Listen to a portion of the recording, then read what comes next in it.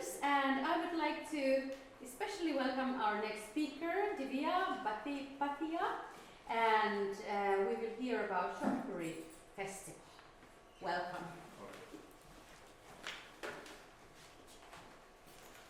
So, I know some of you, some I don't. I want to introduce myself now because we have a limited amount of time.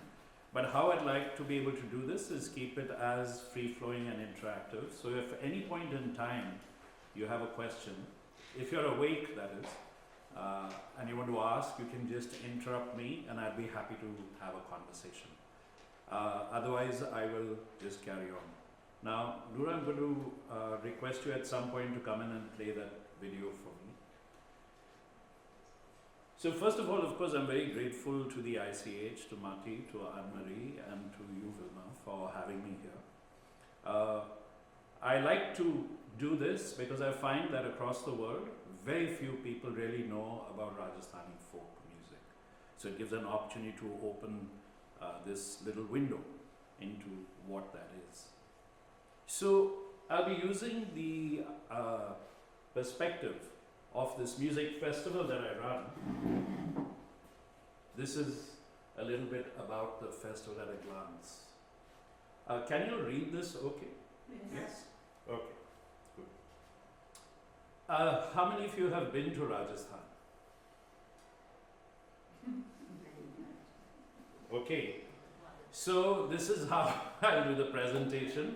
I'll tell you a little bit about Rajasthan, then a little bit about the folk artists, introduce you to them, and then of course really about the festival.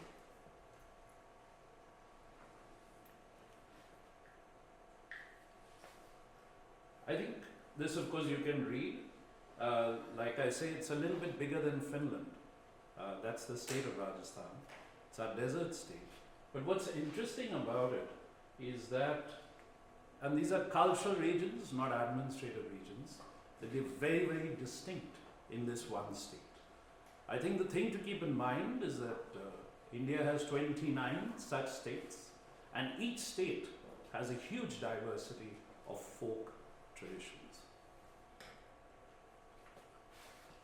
So that's the red mark is Jodhpur, the city where I do the festival, and it's completely surrounded by desert.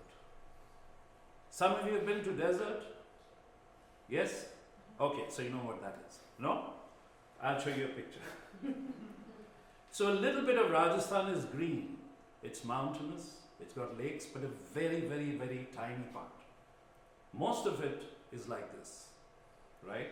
Now, of course, with climate change, etc., you will now see green patches in the desert. I mean, I'm not an environmentalist in that sense, so I don't know why and how, but that's what we are seeing change. Camels, they are the quintessential part of Rajasthan, and they were brought to India through Afghanistan. But you're not talking about camels here. I can talk about camels, Kat.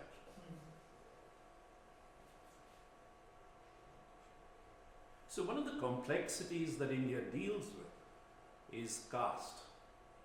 You might have heard of the caste system in India. And for all our folk musicians, it's extremely oppressive.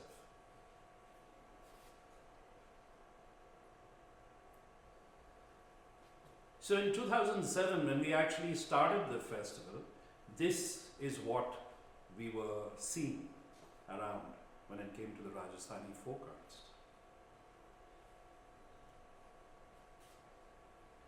The last point is particularly relevant. The fact that people thought that their aesthetic, the clothes that they wore, the music that they played, belonged to a different era, a different time, and India was long past that.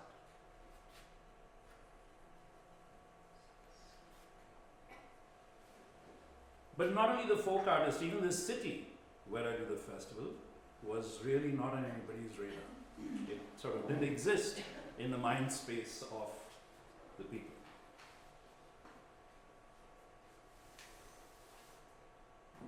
So what do these artists look like?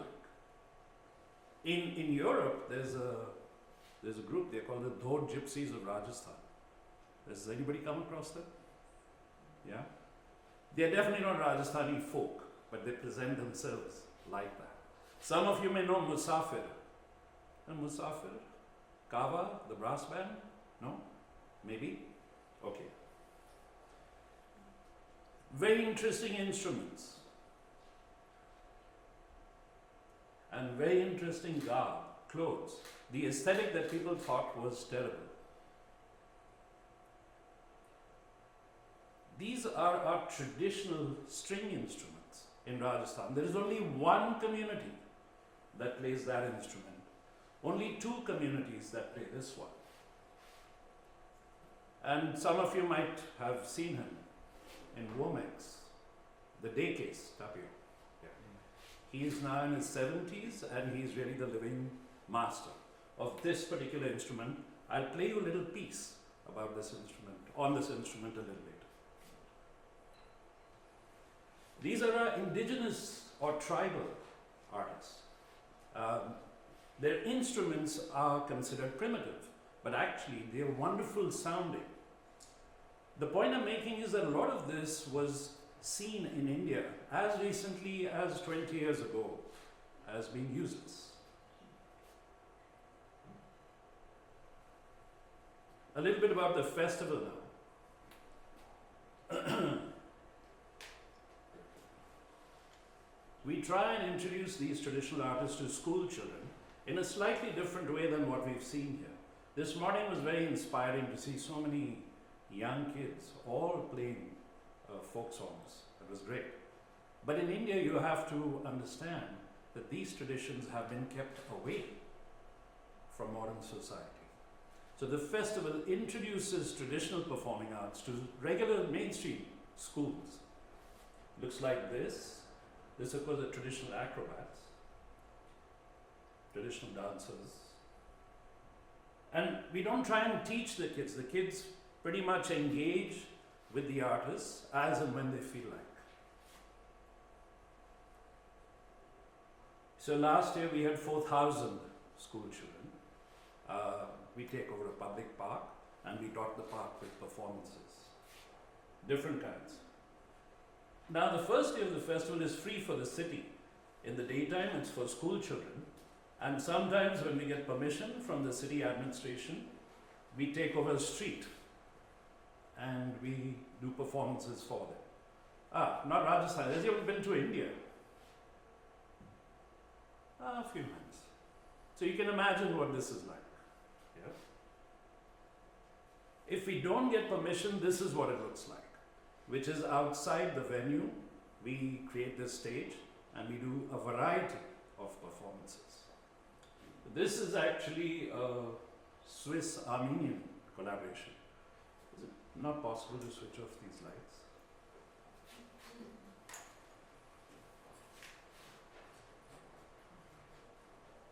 Actually, there isn't that much light on that side because this is at dawn, this concert. Actually, we can switch off all the lights.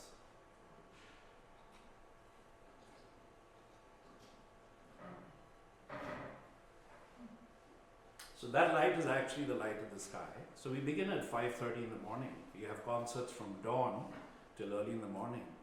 And these are traditional artists, from the folk artists from northeastern part of India. So we begin at dawn. You don't really see the faces of the artists until the sky becomes light.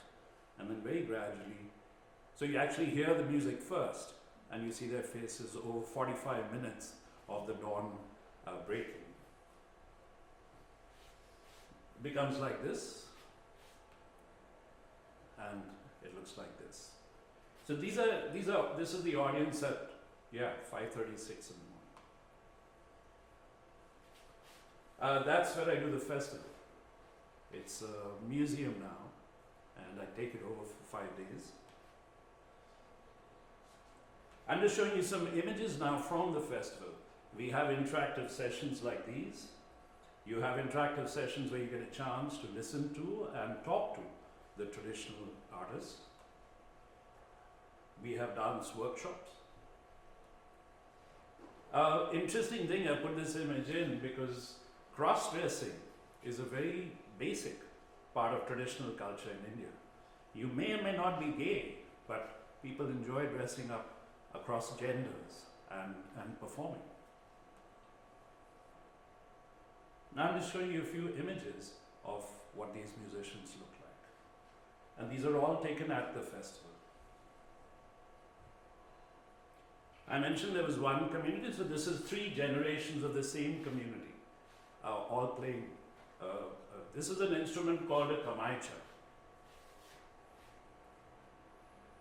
These are traditional masters. These are all settings in the festival. And the festival doesn't have stages running simultaneously. So the audience actually moves from side to side, right through the entire space. They enter when the sun is rising, they exit, and then they come back when the moon is rising. So they move in and out of the venue with the sun and the moon. Now, one of the key things that we do is we do a lot of collaborations. This is a group from Scotland. Catch will recognize them.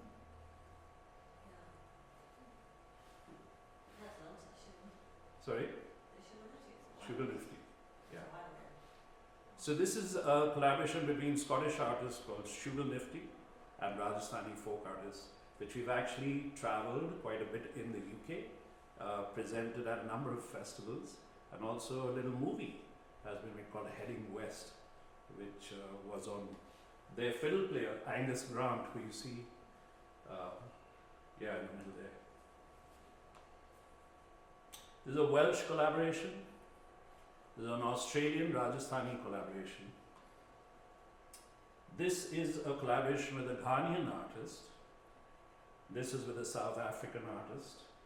And this is actually Sugar Nifty performing on stage at the festival. So this is what our main stage looks like. We don't use typical, moving heads, etc., rock show lighting. It's very theatrical to make use of the space and to create a feeling the best way possible. This is an Australian drummer with traditional drummers. And this is just an example of a commission that we did in 2020-21 to give you an idea of the kinds of collaborations that the festival does. So what are these collaborations?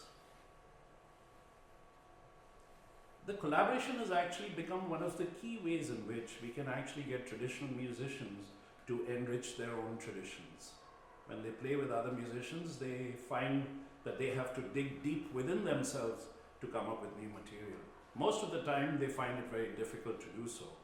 There are other ways in which we also safeguard these traditions, but at this point, Noor, I'd like you to play that piece. So this, what I'm going to play for you now, is a collaboration between 2 Indian artists playing the same instrument, one which comes from the folk tradition and one which comes from the classical tradition. So Noor, can we play that with you?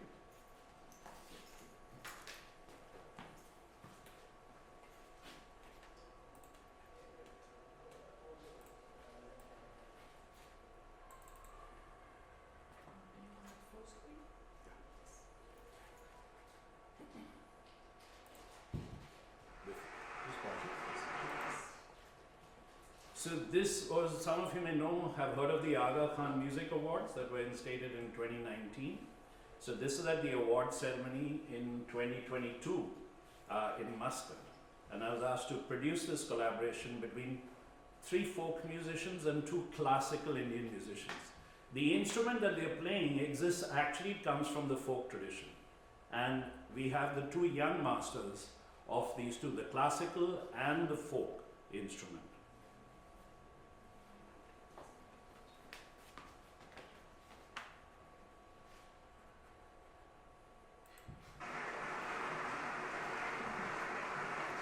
Is the sound working?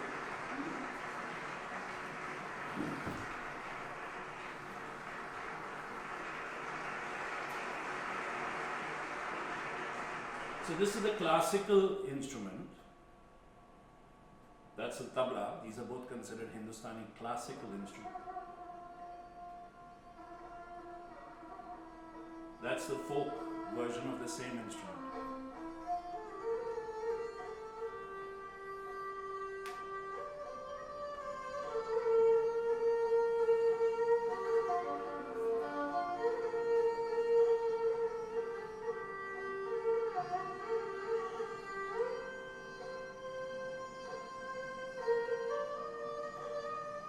The strings are played with the cuticle of the nail. They are not pressed by the tip of the finger.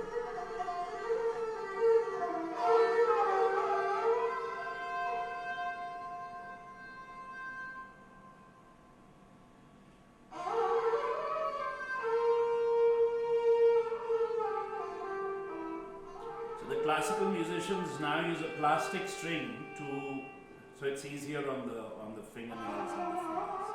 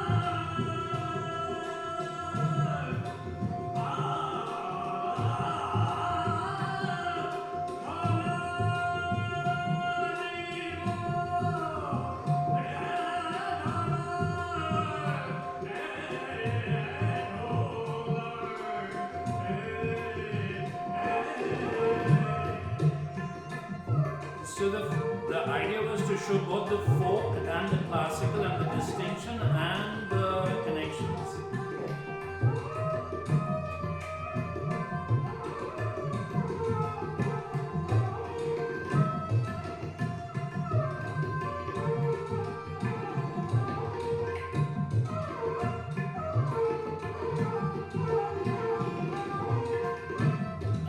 So this instrument was made by the other instrument being broken in half. The instrument on that side, traditionally that's how it got created.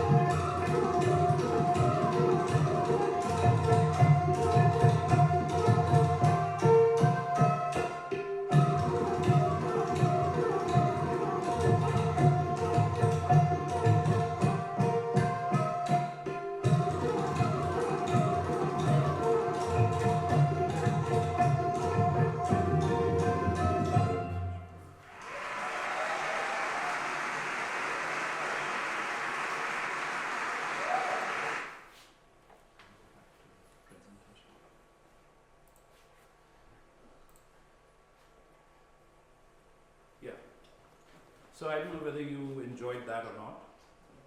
Did you? So this was actually 6 minutes that were commissioned for the award ceremony, but I now have a 30-minute commission which I produced for my festival, which is coming to the Edinburgh Festival next year. Simon Broughton, who used to be the editor of Songlines magazine, actually came to my festival last year to review this for Songlines, but then he decided to put it in the Financial Times. So we have a piece in the Financial Times of London on the piece that he saw. I'm getting a different screen. Is that another one? Maybe 2 minutes. 2 minutes. Yes. Yeah. So anyway, so that was just to give you a taste of the collaborations that we do. In addition, and this is one way in which we found that it impacts the livelihood of the traditional artist of Rajasthan. So like with Chugal Nifty, we have about 3 other collaborations with Scotland. We have 2 others with Wales, 2 with Spain. We have 3 with Australia, and we want to develop more collaborative work because we find it's a good way in which the artists develop, they dig it deep into their own traditions, and they move. Now, one of the things that we do at the back end of the festival is we now facilitate training in the villages where master musicians train youngsters. So the 3 musicians that you saw on the left side of the screen are actually now training youngsters in their own tradition. But the challenge we have is that each of these string instruments, there are 2 main string instruments, they cost around almost 200 euros each because they are completely handmade. There are very few master musicians and makers left. So the entire thing is carved out of a single piece of wood by hand, like this, and then inlaid. And the artist then actually puts the skin and the strings on top of it. And this is not a documented tradition. We're the first ones to have documented it, but really it's passed on from generation to generation. That's even the making of the instrument, and you're familiar with that, I'm sure. So this is the other ways in which we do the artist development. We're the only ones right now in India doing this on a consistent basis. This is some other shots to finish off from the festival. This is Isi Garcia from Cuba. She's from San Francisco with a band called Rupa and April Fishes. This is Tiloon from Reunion Island, and this is to give you an idea of what the audience looks like. This is Manu Chao. You may have heard of Manu Chao when he came to the festival. More shots of the audience. And to finish, basically we have a midnight concert. We time the festival at the brightest full moon in North India. So the moon is a player. When we have the main stage, the moon rises behind the artists. When we do our traditional masters, the moon traverses the sky behind them. When we do the club, the moon goes overhead. And on the full moon night, we actually have these fully acoustic traditional concerts outside the fort. Sometimes when the sky is grey, it looks like this. But when the moon is out, it looks like this. So yeah, this is the festival. We try and do a lot of the festival, but because the festival couldn't hold everything, I'm now also the director of music museum projects in this venue. It's called the Mehrangarh Fort in Jodhpur. This is really what the festival is, and the purpose of the festival is to provide that supportive ecosystem for the traditional artists, to put them on the map and to impact their livelihood in a positive way. But yeah, so very fortunate to have the erstwhile Maharaja as my patron and Mick Jagger as our international patron. And I'll leave you with an image of the venue. I mean, the venue, I shouldn't call it the venue. It's a 580-year-old castle, which is actually a museum by day. It's a charity, and they subsidize some of the work that I do. And that's me, and that is it. Thank you. I'm sorry I said interaction, but you never asked me any questions. Thank you so much. I think we're all amazed with the festival. Any quick questions or comments? And we are an international festival. I do present artists. I have presented last year, presented Norway, a band called Gabba, Sami Joik, young artists. Yes. And from Finland, I presented Emilia and Suvi when they were a duo, fiddle duo. They've come. Yeah, and hopefully presenting some other artists that I see here and in future. Brilliant. What are the dates this year? Yeah, so it's good to ask that question because my dates shift every year. This year they are from the 2nd to the 6th of October. So we start, the first day is a free day, 3rd, 4th, 5th October are the ticketed days, and 6th we end with a dawn concert. We don't end at 9, we end with a dawn concert. So that's this year. And next year is 22nd to 26th October. So I end up not going to Womex very often because my dates clash with Womex. But yeah, so I'm giving you the dates for this year. And the ones who don't go to Womex, please come to my festival next year. Pushpa, quick one. I want to seize this opportunity because I need to leave and I don't think I'll meet you after this. But thank you so much for presenting about this festival. I had, when you were presenting, because my research intersect with gender injustices and then, Gender injustices. Yeah, and also gender accessibility is one of my research topic itself in music heritage. I know, I'm assuming that the case in India and Nepal is similar when it comes to instrumentalists and then participation of people other than men, right? I mean, let's say if women are actually playing instruments much or not, or other gender minorities are engaging instrument playing. The question came to me because I saw one of the slides where you were talking about these new apprentices learning silently, and all of them were boys. Sorry, say that again? So I saw The teaching. Yeah. Yeah, because the women don't want to be filmed. We've done a lot of, they don't want to be, so it's a good point. So Rajasthan, like so much of India in the past, and Nepal, has a very strong feudal background that didn't change very much when the British came. It changed somewhat in the cities, but in the villages it remained the same. And in Rajasthan, there was a time when women performed as much as men. In fact, there are some performances which are led by women and the men are only supporting. So it's not like these performances don't exist. But what has happened over the last 30, 40 years is that women are subject to a gaze in, I'm talking about women specifically, but also trans people or men who dress up as women and perform, is that there is stigma. Earlier, in feudal times, there was no stigma attached to this. Modern times, post-Victorian Britain, there's stigma. So it's not like they don't perform, they just don't want to be filmed. Especially young girls, the mothers don't want their little girls to be filmed. But we are doing training for women as well. At the festival, women perform. They definitely perform, and we try and keep that gender. It's easier for the women who are dancing to present themselves, particularly from a particular community called the Kalbelia. There are some women who don't mind. Last year I presented at the Lincoln Center, and I presented a wonderful woman singer who's also played at the Berlin Philharmonic. She's the only Indian folk singer to have performed there. So at the festival we present a lot of women. It's just that they don't want to be filmed and documented and presented in forums. So just keeping that in mind, they're not there in this presentation, but I can show you plenty of documentation and recordings that we have done with women. In terms of the teaching, instrumentalists means accompanying somebody. Accompanying somebody means that they then have to travel with that troupe.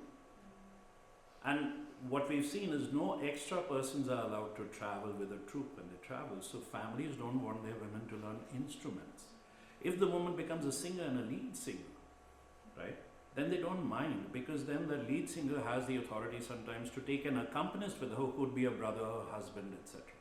So the complexity about travel and touring in modern days is seen differently in different parts of India. So we are trying to work on that, but it's very slow. I'm not sure if I'm answering your question, but I can send you videos of women, Yeah, no, of course, I wanted to know about these complexities that you shared, and I do understand and relate. But we do a lot of work with women now because they trust what we do.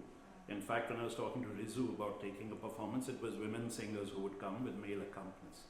That's what we do. Instrumentalists, there are women who play, but they just don't. There's one particular tradition in which only the women play the percussion. The men don't play the percussion. Okay? Thank you so much. Okay. And yes. Thank you. Thank you. Anne-Mari jumped up already. Welcome. Thank you.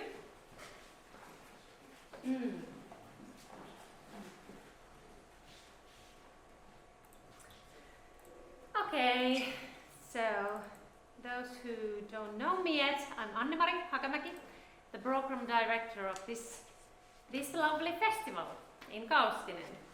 And that's what I'm here to talk about now. Just quite briefly, because it's like 10, 11 minutes, but that's fine. So Kaustinen Fiddle playing and Kaustinen Folk Music Festival, what does it mean and what's there behind that? Where can I switch? Here. Okay, shortly about the history of Kaustinen Fiddle playing. As many of you heard already in the morning that very rich and old tradition in Kaustinen already has existed, but it's part of the Scandinavian fiddle traditions since 18th century. We have in Finland also this Eastern tradition in folk music, which is totally different. It's like runo singing and kantele playing and jouhikko as well. It's totally different aesthetics. But this Kaustinen region area's tradition is more like Scandinavian, similar to Scandinavian music, and we share similar dances and similar tunes as well, like almost. Yeah, and Kaustinen has always been famous for its music and players, like for already in 19th century, and also nowadays we know very many musicians and bands coming from here, which is great. And yeah, as said already, it's much of the music was wedding music, and it's based on that. This traditional music is based on this wedding music. And yeah, in 20th century folk music traditions were vanishing, but Kaustinen was an exception because in this region, in this area, this crown wedding, which was huge, it lasted like 3 days, and it remained, it kept going here in this area very long time. So that's why people got used to these huge festivities and how they kind of remained the way of keeping music alive. They were practicing all around the year and then playing in the weddings, and the festival is kind of continuous on that. Okay, that was very short. So, Kaustinen Folk Music Festival was established in 1968. So we have 58th edition this summer, which is great. In 2 years we will have big celebration. Yeah. So it was based on a living heritage. It was international from the very beginning, from the very first edition already. It was great, great idea to share different cultures, different heritages to each other. And yeah, festival was founded to be more than a festival as well from the very beginning. That was the idea, that we want to make the effort on, cultural and political significance and do the development of folk music and dance also. And Kaustinen has always been a place where these talks have been done, negotiations as well, and how things has proceeded. Like later on, education and Folk Music-instituutti was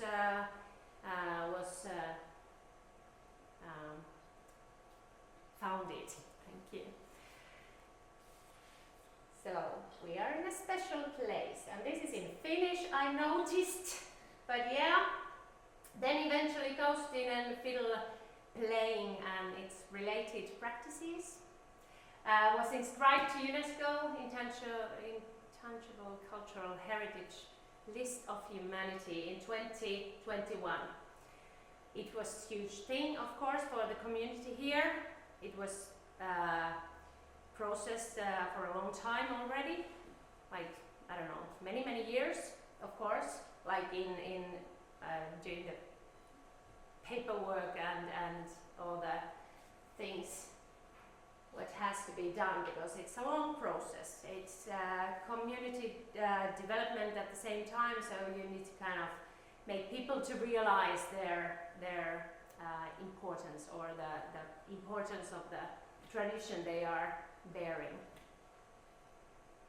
It was a huge thing, anyway. And here is Kaustinen Folk Music Festival today. It's one of the largest folk music and dance events in the Nordic countries. 6 days long. Last year we had 51,500 visits during the week, 20,000 sold tickets, 30 stages. As you've seen, they are tiny ones as well, but anyway, 1,500 performances. Actually, last year we had 1,800 performances, but it varies every year, but around there. 500 artists who gets paid. 4,500 practitioners, dancers, singers, musicians, players. And here's one of our slogans: the happiest days of the summer, which is the kind of one of the stars we are following. So that's a thing to keep in mind when organizing, when planning things with people. So Pelimanni spirit, that means like folk music way of being, way of thinking, that you are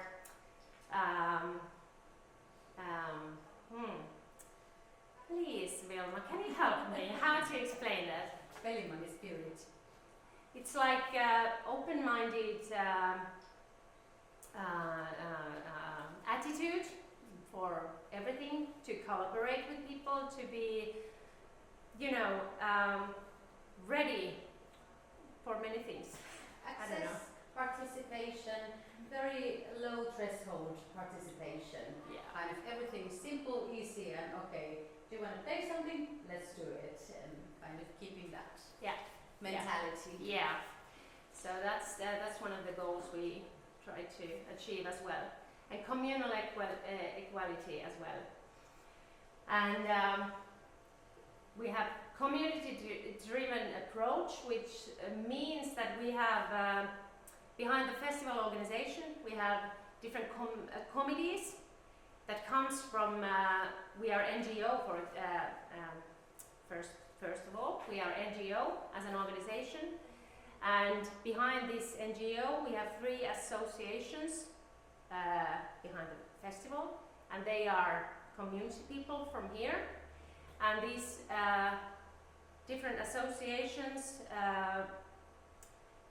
decides people who comes to these committees to make the decisions about marketing, programming, building the facilities here, and so on. So very many local people kind of working for the festival in that way as well. But also when doing the program, when organizing the whole festival, it's we try to have the idea of broadly shared decision making, which means that we want to be very carefully listening what's in the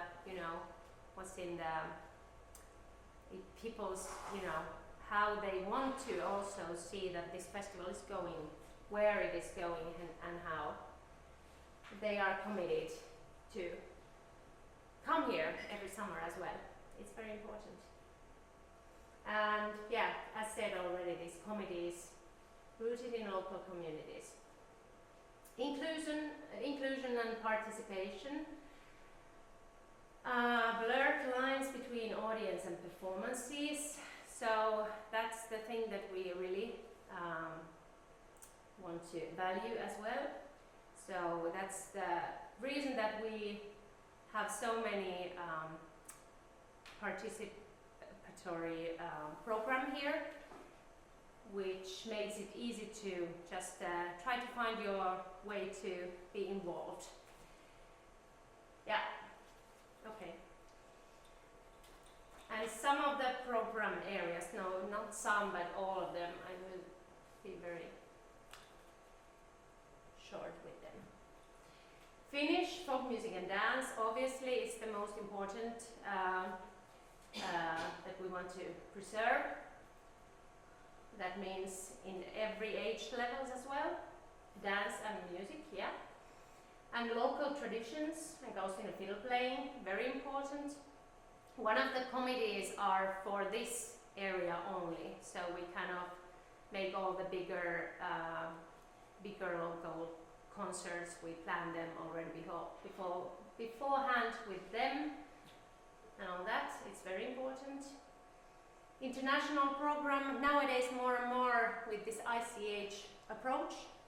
We want to find and search bands, for example, dance groups as well, kind of represents some of the ICH traditions.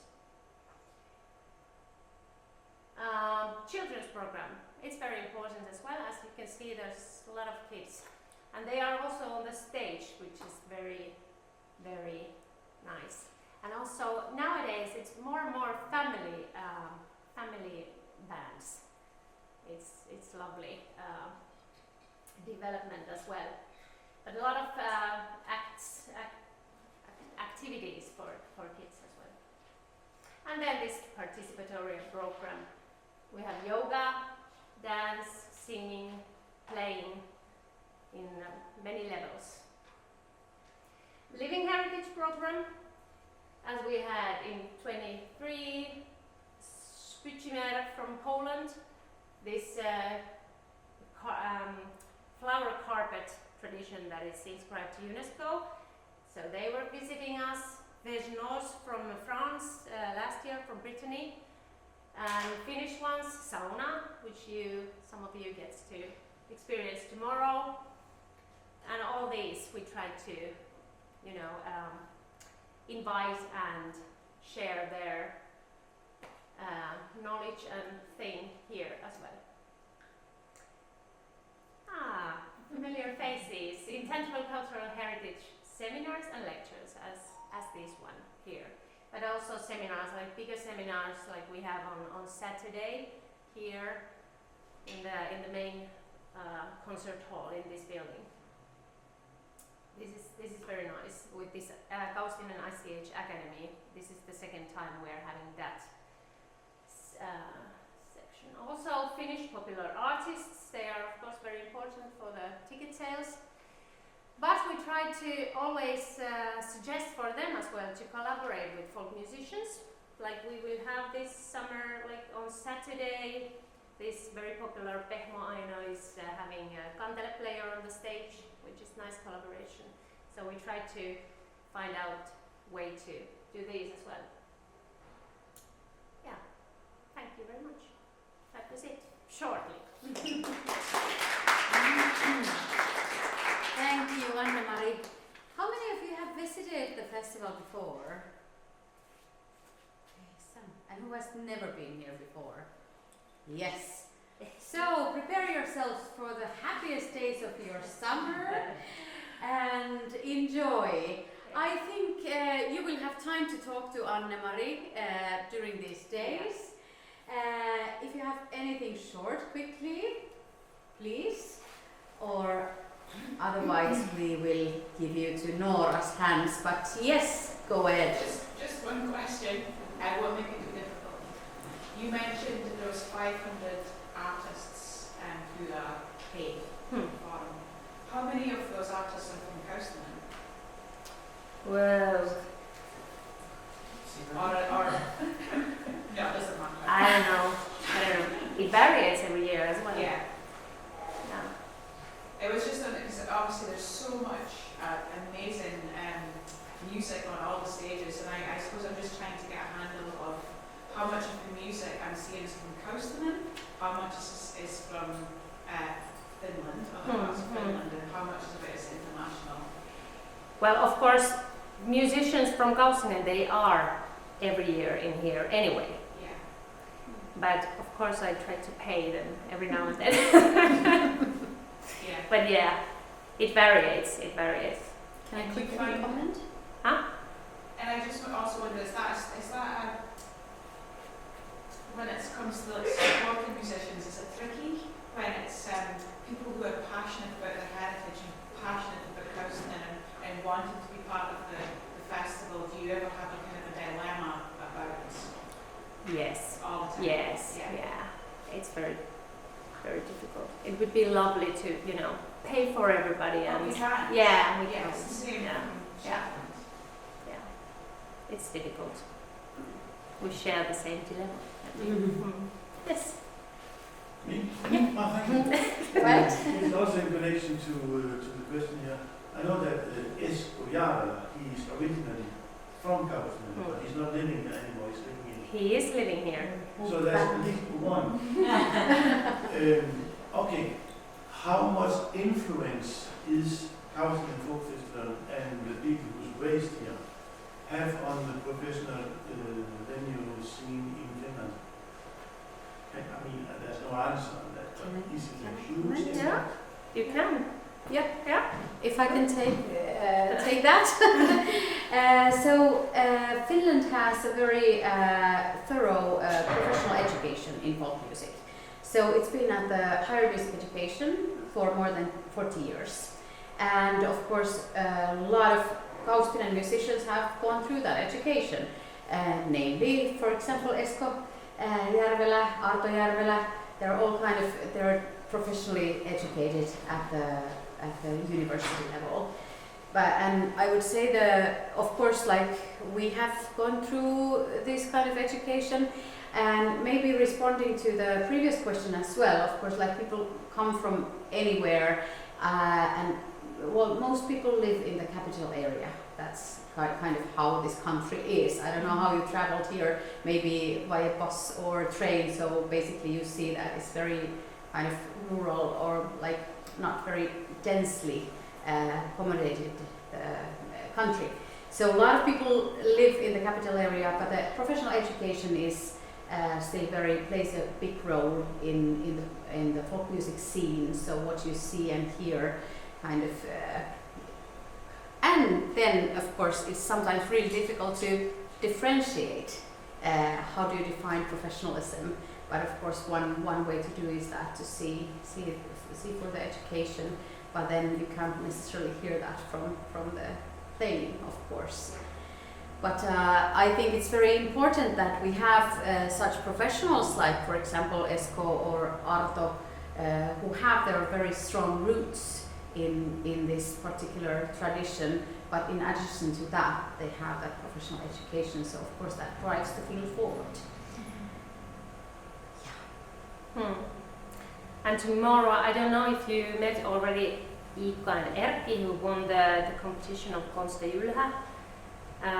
They are performing for you tomorrow as a duo, and they are still like young boys, 18 and 17 years old, so they are a good example of how you can, be quite professional already before all that education living in here. So you get to see a bit of that as well. But yeah, we have such a great education here in Finland for sure. Sorry, is the festival supported by the government? Yes, it is. Yeah. Yeah. We are in, 20 biggest festivals in Finland who gets support. And I think among maybe 7 or 5. No. 10 maybe. Well, anyway, yeah, we get some support. Yeah, and we ask because we have none in India. Mm. There's only tourism festivals at the government, Oh, okay. And it does less for folk music. Okay. It makes it worse. Yeah. But yeah, finance. Yeah. Maybe I can tell, because I'm happen to be also a festival board member, that maybe sixth of the budget is comes from funding from the state and the municipality, and then there's occasional like project-wise grants from the foundation